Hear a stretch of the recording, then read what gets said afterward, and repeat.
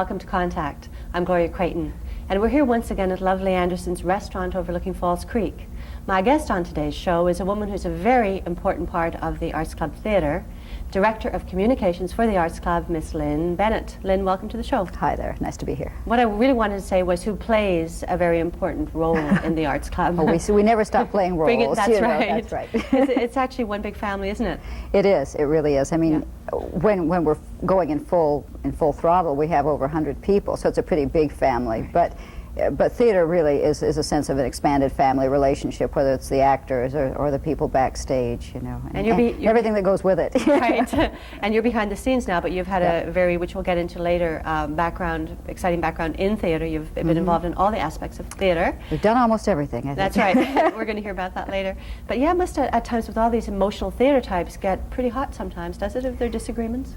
It does, it does. I mean, sometimes you just wish you were in a normal business relationship where you just do your work and, you know, didn't have any theatrics. I mean, sometimes I swear we have as much theater backstage and in the offices as you do on the stage. And I mean, I have this personal fantasy I'm going to write it up as a sitcom one of these days, like the, you know, the ones that are set in the editorial offices of different newspapers and things, because I think it's got all the elements. Make a wonderful sitcom. I think it would. A wonderful one. So we can look But I forward to shouldn't that. talk too much about it or someone will steal it before I get the time to do it. That's right, Lynn. But it'll be fascinating because we can see all the behind the scenes of the Arts Club Theatre. We have to change a few identities, you know. And then we can look back over the years and say, oh yeah, I remember in 1992 and when Lin Bennett was working behind the scenes, and now she's written this play. Well, we know who was there, and then we'll have to bring in the occasional could be quite media a personality as far as so look out. Could be a bestseller.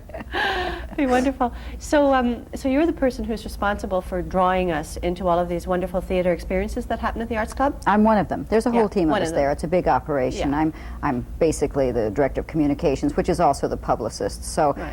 My main function is doing all the writing about anything that has to do. So if you come in and get this little theater booklet, which is called Supporting Cast, that you read, I've written all of that. I have my own little magazine, and or the media releases, you know, that we have to solicit media attention, and then I talk to them on the phone, you know, you have to get a lot of free press because theaters do not have large budgets, especially local theater companies, to buy advertising. I mean, the sort of advertising you could afford is this big, usually, you know, it's just... Right. So you got to really plan your strategies.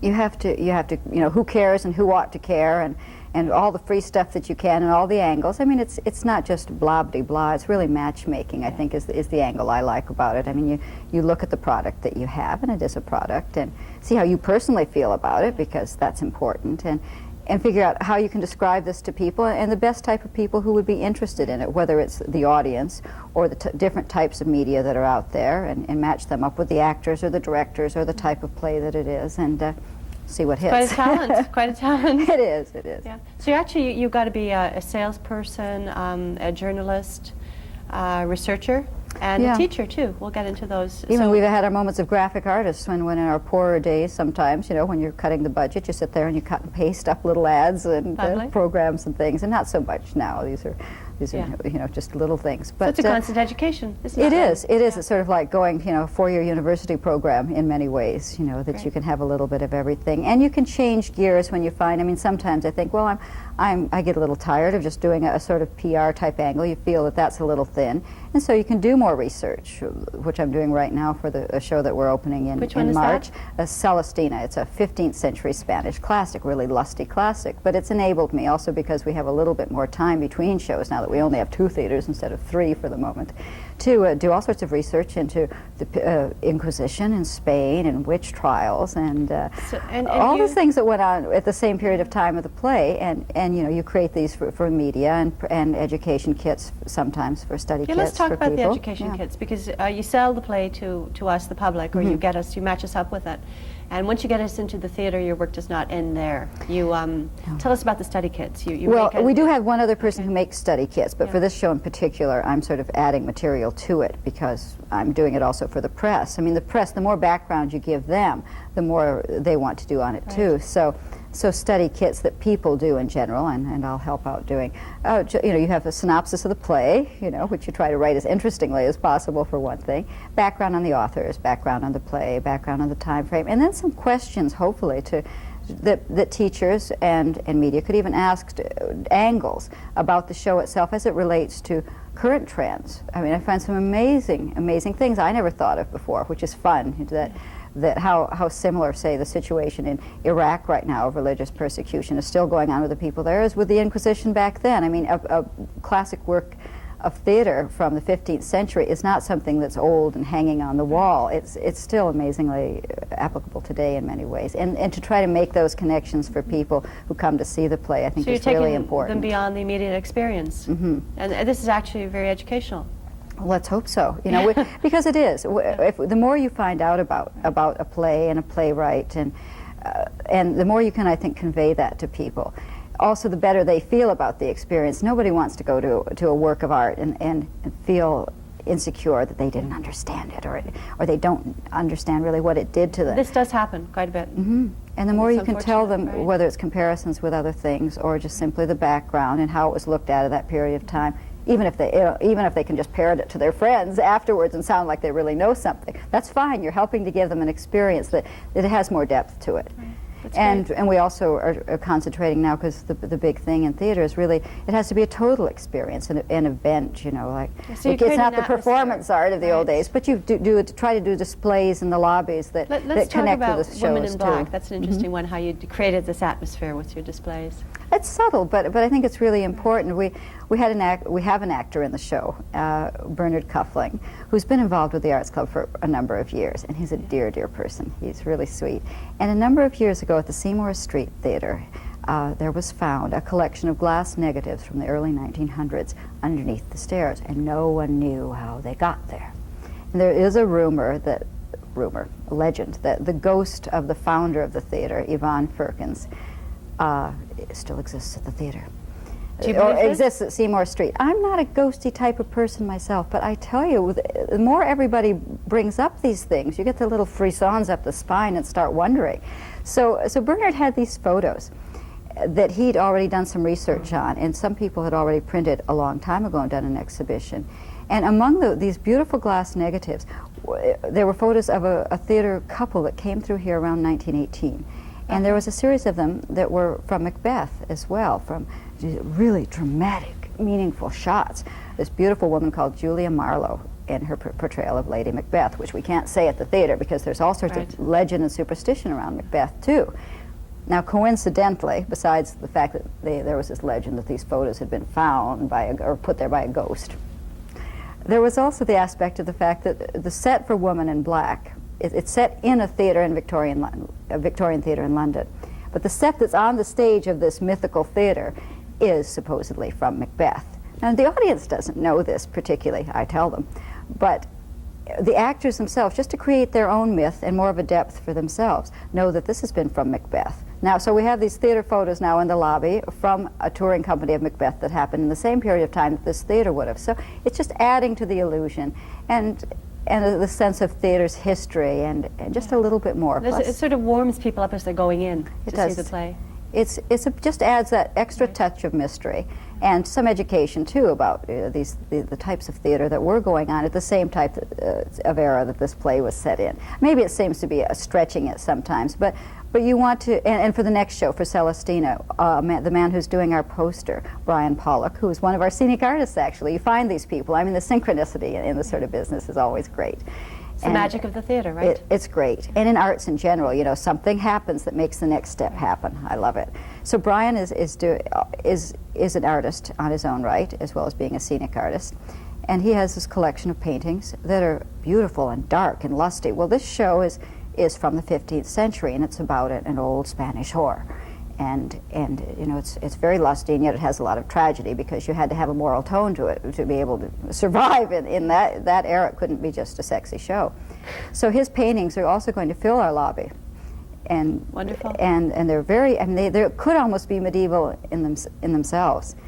But just to make this sort of connection between it, the theater doesn't end when you walk out the door, you know.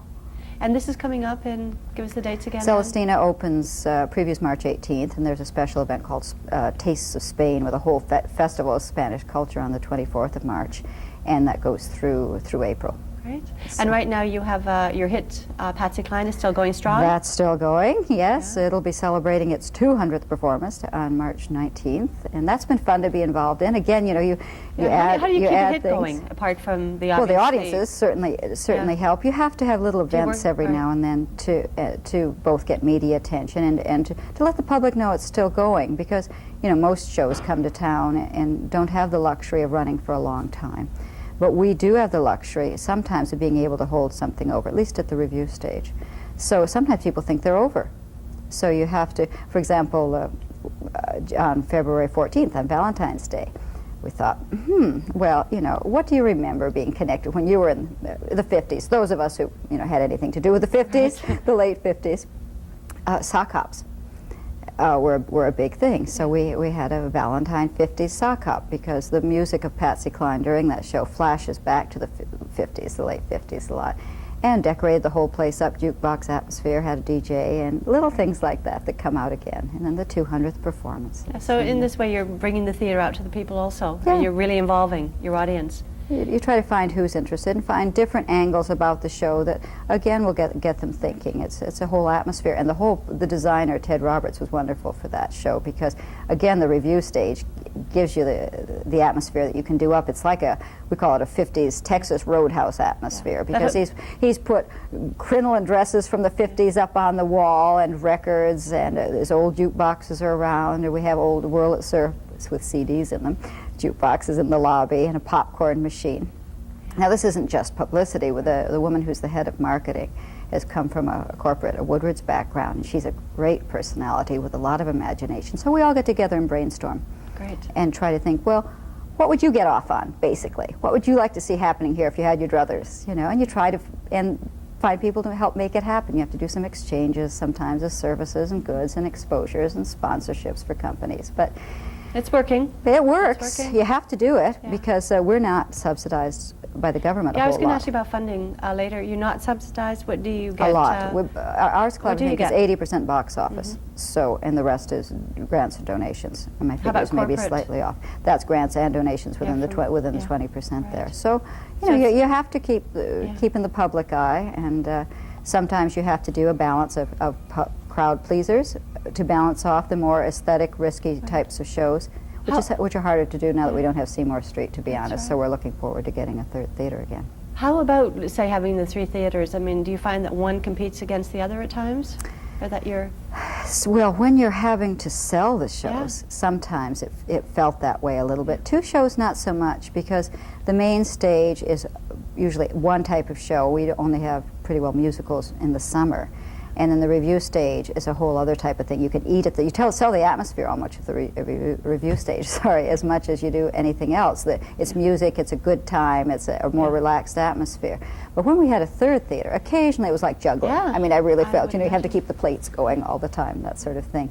Because you call up someone and go, well, listen, I've got this great actor who's in this show and that, he'd be wonderful, he'd be great, your readers would love it. You don't want that? Well, how about the one at the second stage?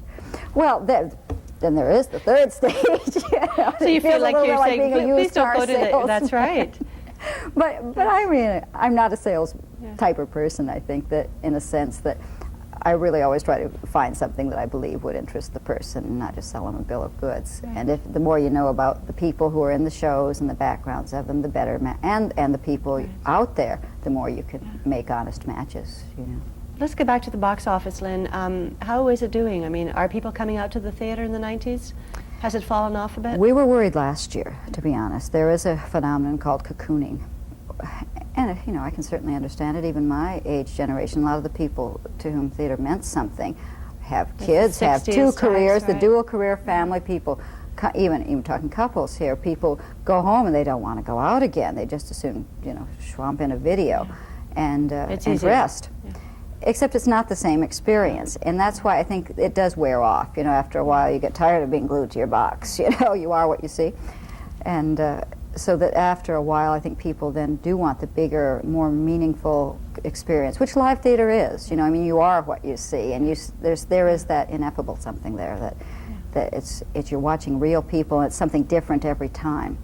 But box office did fall off a bit. You have to make sure spectacles are big.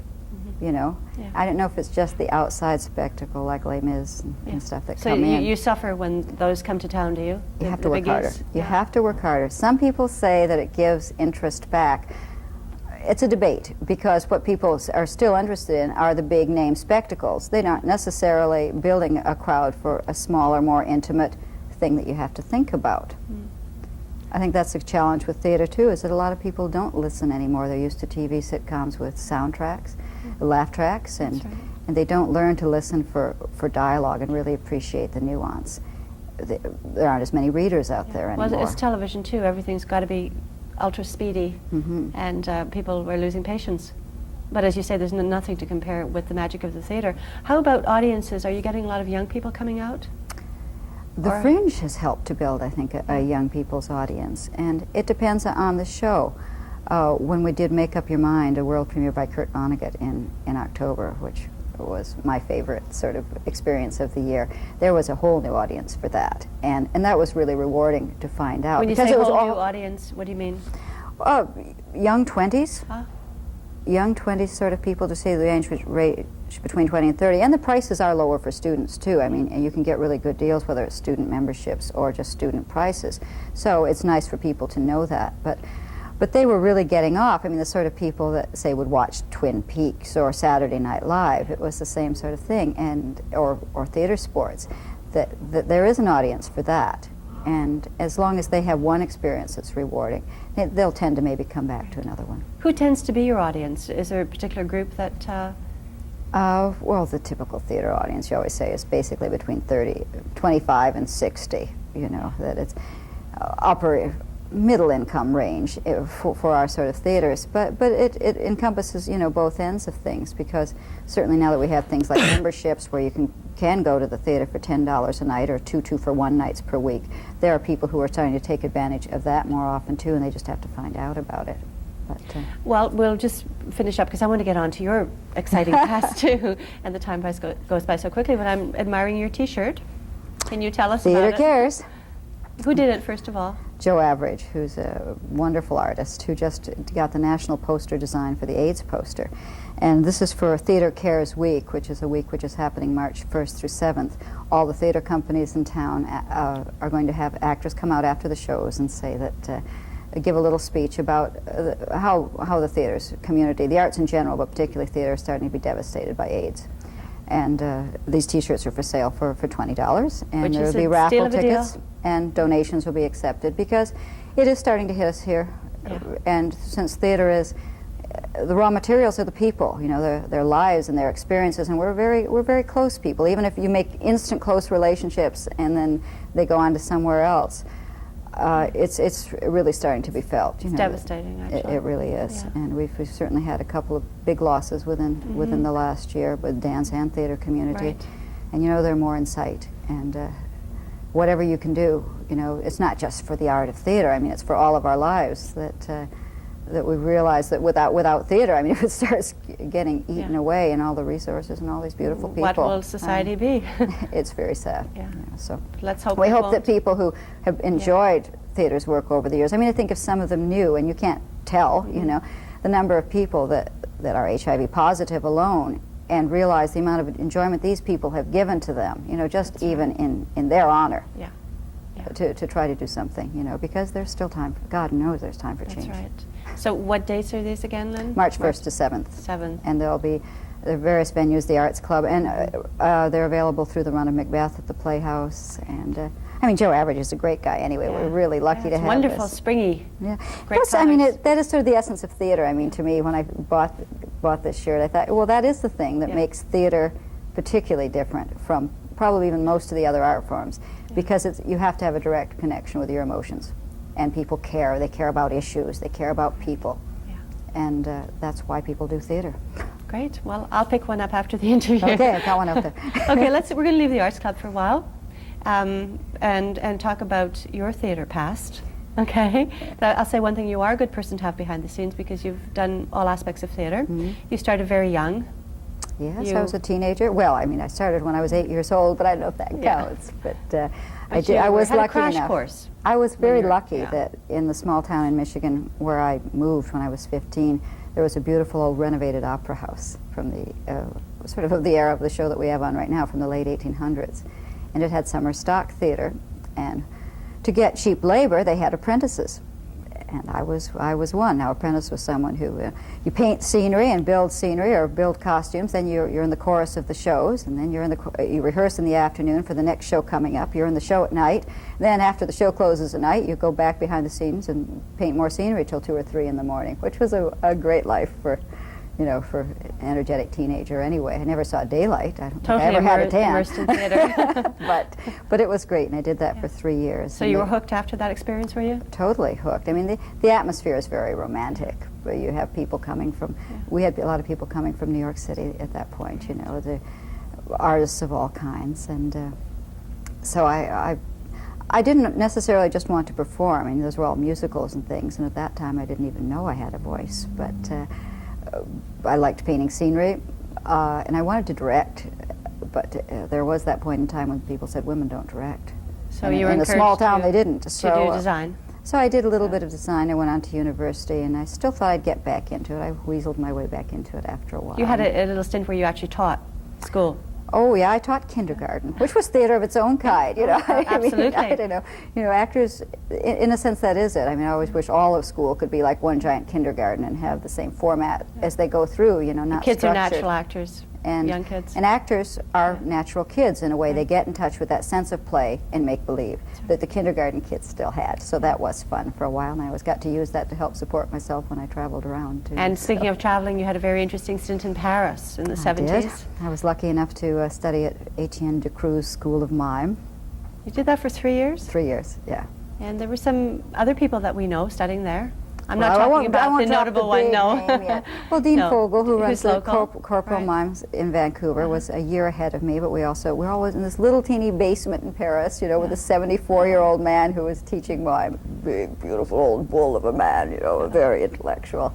And Dean was there, and Jean Aslan, who's the head of Mime Omnibus in Montreal, who just directed Celestina there, which I think is fun. Such a small world. Was there. Yeah. And I also did a really brief stint at École Lecoq, where I met Wendy Gorling, who is a major figure here in Theatre Vancouver and a very old friend. She's just directed the Scenes from a Courtroom, and she teaches at Studio 58. Right.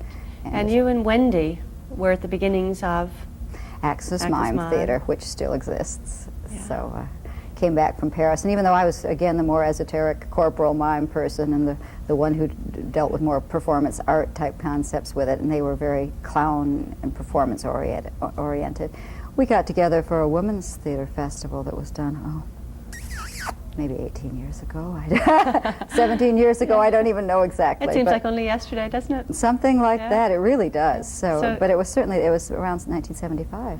Let's talk a bit about theatre in the 70s in Vancouver. I mean, it was vibrant. There were all these little theatre groups and dance groups happening.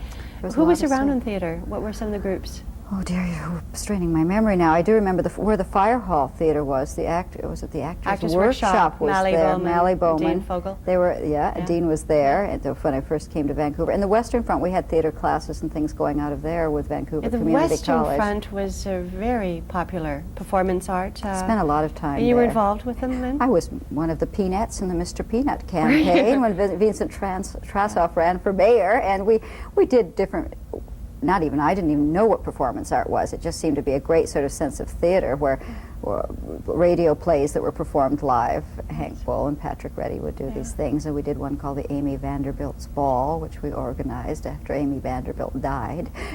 And things like that, which were great fun. Yeah, you performed a lot then. You actually performed in one of Carousel's first plays. Yeah, Merlin. I was a witch. which now that I've been a mother, I'm probably playing much better. Did you have any desire to keep on with the performing?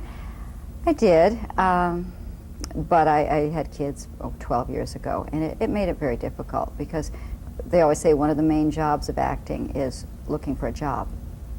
And you have to be out there and very brave and almost water off a duck's back for rejection too. So I had and having kids is a lot more work than one ever imagines. So I simply didn't feel I had the time, so I made a choice to stay with them. Yeah. And then to work on the other things which I loved, which were writing. I was starting to write little playlets and just work on my own You've stuff. published too with Jerry Gilbert? Yes, with BC Monthly. Jerry, who was Right. part of our whole arts complex house that in studio we had. And while we're on your other talent, you also did a stint with Co-op Radio. Tell us about that. Yeah, well, that's what led to publicity, really. Is about 12 years ago, they had an opening on Pigeon Park Review for a theater reviewer, and I needed to get out of the house. I wanted some more contact with theater, so that was again a free education. I mean, these resources that exist even when you're poor artists and don't have the money are great. So I got all the free theater tickets I could use, and then was on the air broadcasting once a week, and then worked up to writing out my reviews, which were then published in BC Monthly magazine sometimes, and it was enriching for me. And eventually, when the time came that I had more time and had to get a full-time job, Touchstone Theatre had heard of me, and because I liked a lot of their work too, and so they had a part-time job going as publicist, and there we went. There we went. I've been writing away ever since. And we can look forward in the future to some plays by Lin Bennett.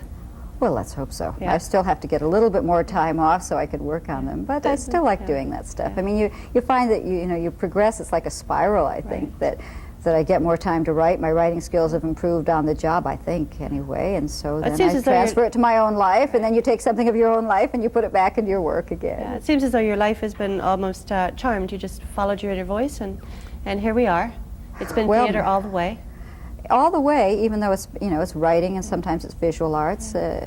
It's something that I feel in a sense I'm a listener that way, even though I talk a lot, as all publicists do. You live by the mouth and you die by the mouth.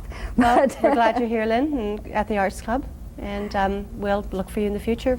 Heaven knows where. And you're going to come to the Arts Club and we find certainly out will. what it is we do. Right? Okay, and we'll come support Theatre Cares coming up thanks too. very much. Thanks once again for coming down, chatting with us. Best of luck to you. I'd also like to take this opportunity to thank Anderson's for providing this lovely setting for the interviews. For Contact, I'm Gloria Creighton. Please join us next time.